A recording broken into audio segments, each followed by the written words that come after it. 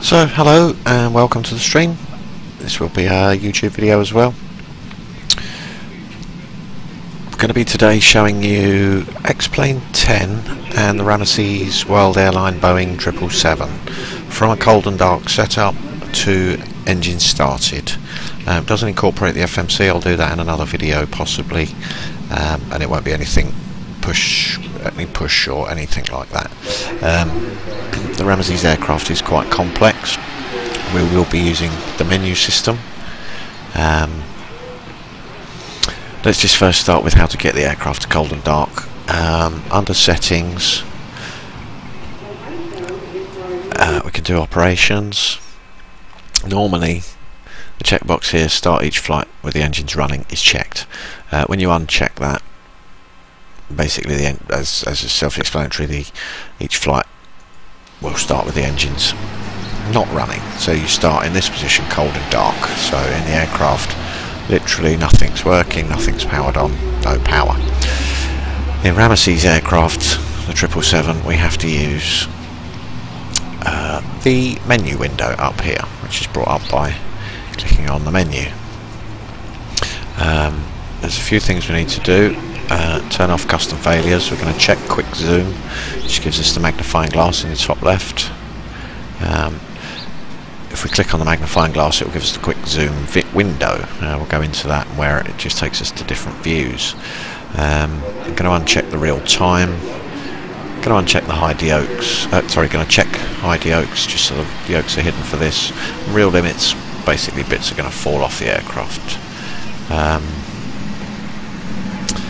Now, to get the aircraft to be able to fuel up on the ground and do various stuff, we need all of these checked.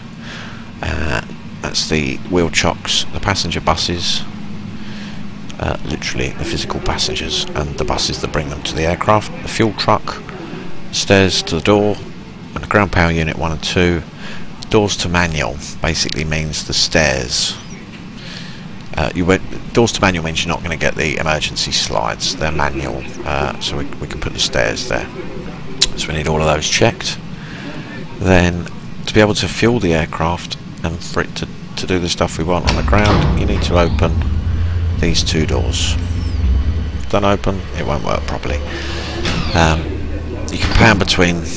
There's actually two views here, and you pan between it with the exclamation mark. So there we are. That's how you need it set up, and then we can. If you've got these weight values, enter in what you need. I've put 150 passengers, 1500 kilos of fuel. I'm going to put a 10-minute APU time because there is a 10-minute limit on the APU. I'm going to put a 10-minute taxi time. I'll put some takeoff fuel is how much fuel you actually need for your flight. Probably minus the taxi fuel. So I've told it I want 35,000 kilos of fuel, and it's actually going to load 37,210 kilos of fuel. I'm not going to do it just yet, because what I'm going to do is show you. I'm going to start on the overhead panel. So I've clicked the overhead here. I'm just going to give it some battery and some external power primary external power, and actually some secondary external power, just because I want to be able to show you primary flight displays, because when we click load fuel we get these little loading bars, and there we go, the fuel is now loading. Because we've set this up correctly, passengers are loading, cargo's getting loaded, everything's loading as it should be. We are good. Let's just move that out of the way. Now we're going to go to get into engine starts, basically. So we need to go to the overhead panel. We can't get to switches we need. We need to use arrow up and a bit of pan up and a bit more arrow up. And we actually need to turn. You can move that totally out of the way. We need to get these to low. The cargo temp select. To switch them to low. Just go back to our normal overhead. ADIRU. we're going to turn that on. Going to turn the thrust synchronization on. Let's turn the left bus tie on and the right bus tie. Left generator and the right generator. Left backup generator and the right backup generator. I'm not going to do the APU at this moment. Starting from the bottom right of this panel, let's go to passenger signs to auto. And switch those to auto. Let's give the engine some electrics, some window heat. Start from the top right over here. We actually need to open these panels and put the engine EEC mode to normal. Don't forget to close the little panel. Same for the right one.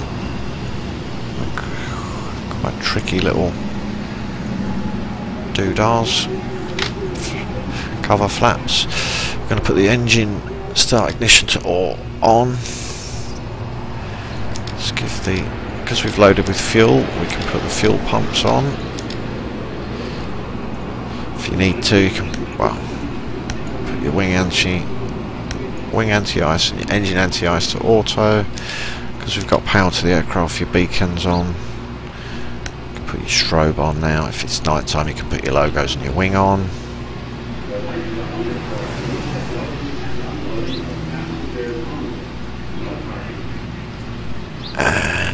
Getting that out of the way, we can start on the bottom right, outflow valves to auto, left engine bleeds and the right engine bleeds and the APU, put the bleed airs to auto, left and right packs to auto. Basically all those switches to on or auto. Flight deck temp, we want it on auto. The cabin temp, somewhere in the middle. Looks good. Right. Now, this is the good bit. We are gonna... I've left this bit till last because there's actually a timer on the APU. But we're gonna flick the APU over to start. So we get the APU spinning up.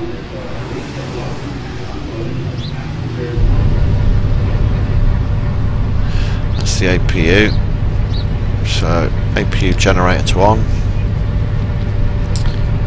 Now because we're on the auxiliary power unit, we can actually uncheck the we can uncheck those. We're fueled, ground power unit's not needed, passengers sound like they're loaded, so I'm going to go ahead and close the doors. The door's closed, so take the stairs away please, and doors to auto. We take the chocks out. We'd obviously be starting the push now, or we'd call for push and start.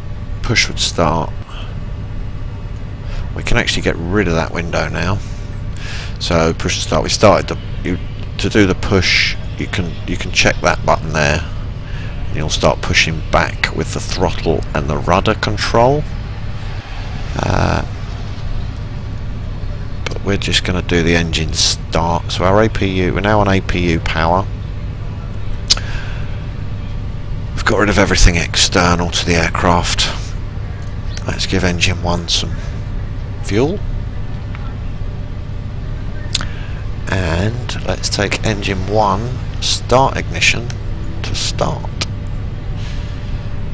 We'll have a quick check on the primary flight displays. We're looking at engine 1. It looks like we're getting a spin up.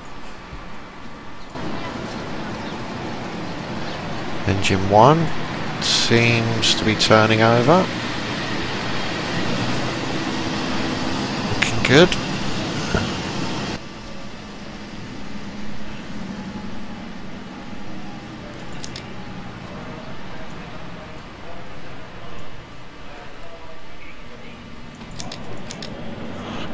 if you want to clear those yellow error messages, just double click on that cancel button over there. That'll get rid of them for you.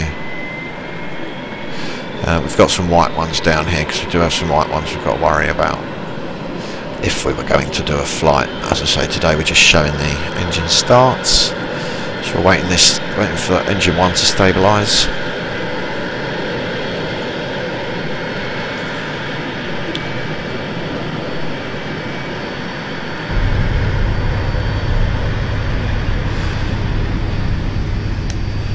I'm not covering, as I say in this video, the FMC. We'll do that in probably the next video. There's some very cool tricks you can do on the FMC in this aircraft. Okay, so engine 1 appears to have stabilised, looks good. Let's give engine 2 some juice. Back to the overhead, and engine 2 to start. Back to the primary flight displays. It looks like we've got an engine 2 spin up.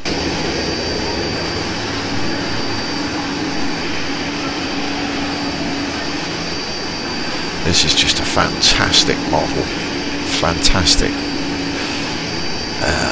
simulation, shall we say. The modelling, the whole simulation is just worlds apart from FSX. Anyone who's come from the FSX farm, you're in for a whole treat if you can learn this game, learn this simulator. Rude to call it a game. So there we go. We'll go back to the inside, and that is pretty much how you go from a cold and dark start at Ramzzess B777 to engines running.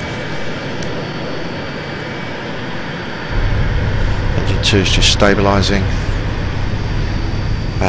There's a whole heap of stuff you've got to do on the radios, there's a whole heap of stuff you've got to do on the FMC. You aren't actually ready to push and start. It's flyable, but you're not going to have any radio navigation. We'll cover that in the next video. Thanks for watching. Take care.